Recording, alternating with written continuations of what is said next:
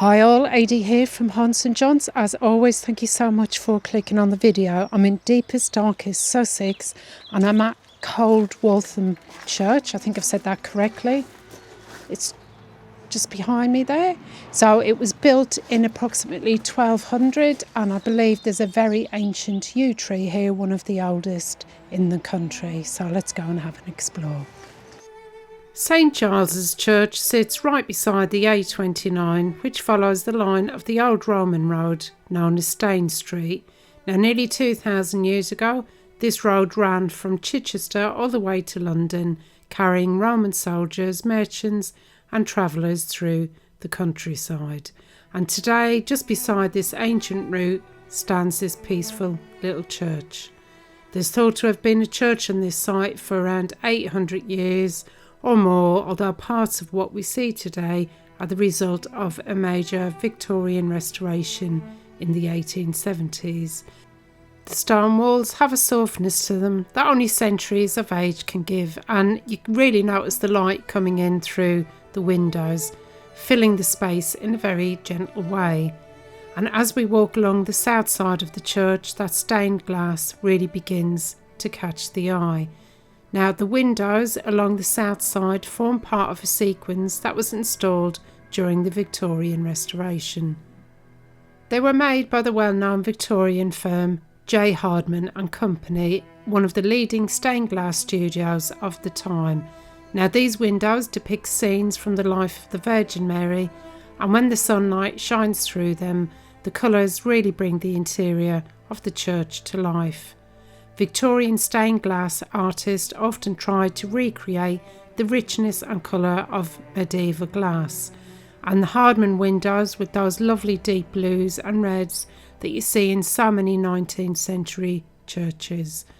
And standing here with its sunlight coming through the glass, it's easy to imagine how impressive this must have looked when the windows were first installed.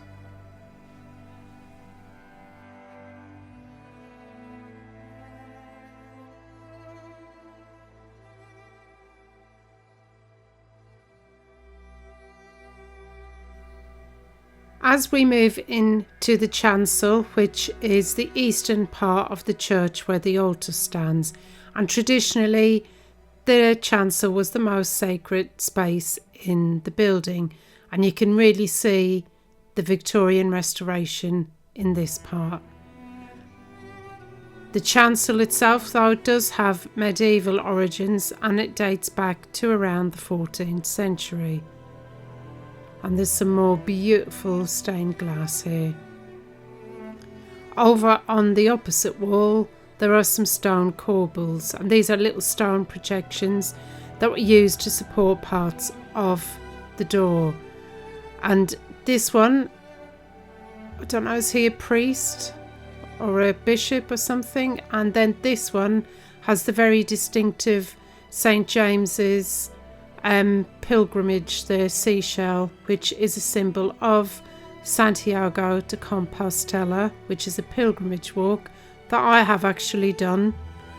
That's something, a story I shall tell you another time. I did that a few years ago with my good friend Lena, who might be watching the video, but I will tell you about that another time.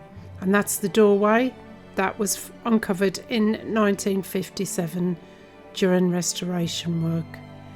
And this reredos was also installed during the 1870s, and this beautiful Lamb of God carving and the angels behind, absolutely stunning piece of work. And directly above the altar, the east window, this was also installed during the Victorian restoration and again came from the Hardman workshop. And the central image shows Christ in glory surrounded by rich colours and decorative detail. Now, Victorian church designers often planned the stained glass very carefully so that the windows would tell kind of a visual story as you move through the church, and that would gradually draw your attention towards the altar. But it was a very subtle but effective way of shaping the space.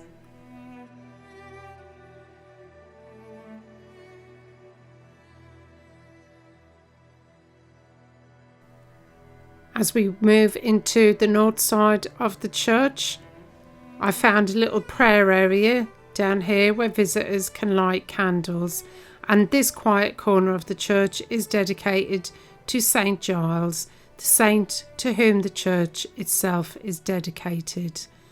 Now, St Giles lived in the early medieval period and became known as a protector of the poor and the vulnerable, so lighting a candle here is a simple but meaningful tradition that people have carried on for generations. And again, look at this beautiful piece of metalwork. Look at that, the carving on it, and even the hanger from it is shaped like a branch. Absolutely beautiful.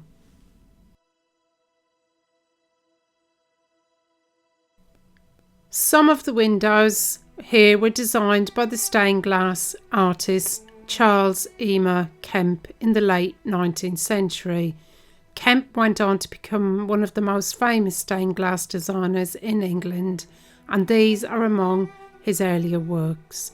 You can really see elements of the style that he became known for: elegant figures, richly coloured backgrounds, and some very fine detail, which you can see there. You can see like a castle in the background.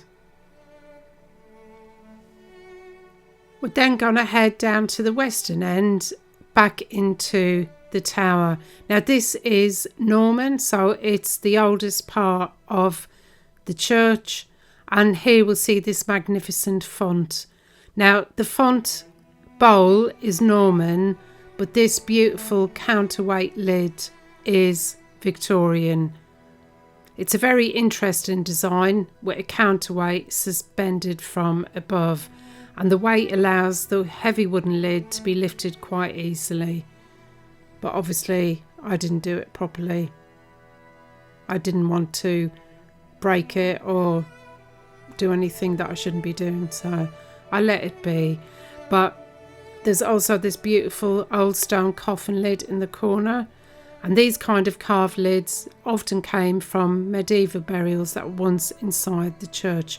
But as you know from some of my other videos, I have found them out in churchyards, so it's good that this one is inside, being kept away from the elements.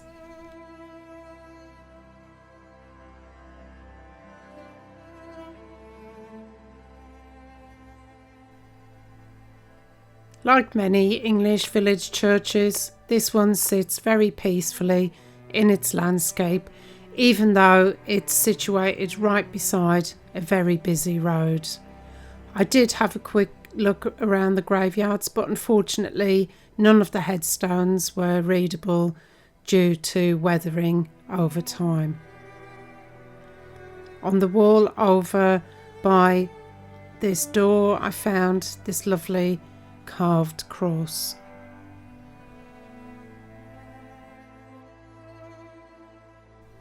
Now I'm going to head over to the back of the church, where you find one of the most remarkable things about this place. It's almost hidden from plain sight. This enormous yew tree beside the church. It's an absolutely extraordinary tree, ancient, twisted and full of character. Yews grow very slowly and can live for an incredibly long time. Some churchyard yews in Britain are believed to be over 2,000 years old. And I did a bit of research, and some believe that the church was actually built here because of this ancient yew tree. So it may have been a pagan site originally. Standing beside it, it's hard not to feel a real sense of history and the energy.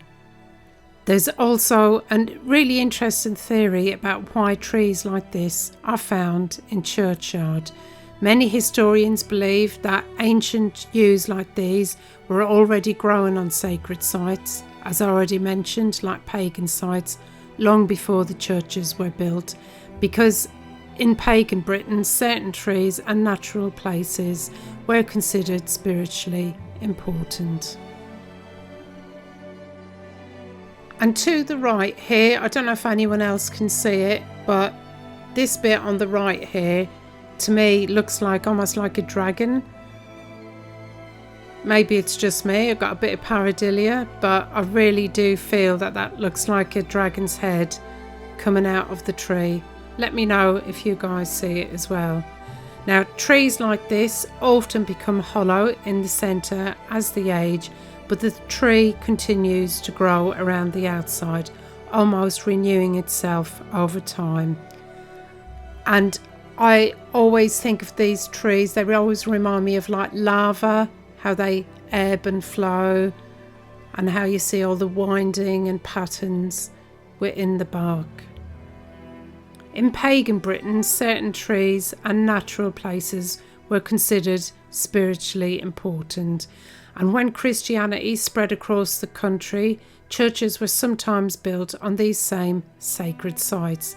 So it's quite possible that this yew tree was already here long before the church itself was built. And if that's the case, can you imagine if this tree could talk? It's probably been standing here long before the Saxons or even the Romans were travelling along Stane Street nearby.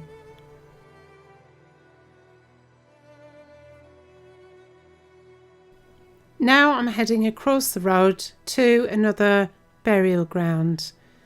Villages sometimes needed extra burial space as populations grew, so additional graveyards were created a short distance from the church, and this one is just across the road.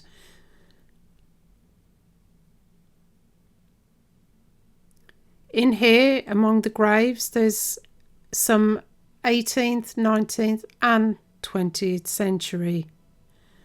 And amongst the graves, I found an interesting connection to one of the most famous explorers of the 20th century, because buried here is Emily Mary Shackleton, the wife of the Antarctic explorer Ernest Shackleton. She died in 1936 and was laid to rest here in Coldwaltham. I was really surprised to find a connection like this in a quiet Sussex village churchyard. But hey, history has a way of appearing in the most unexpected of places. I'm going to wrap the video up here. Everyone, I do hope you enjoyed it.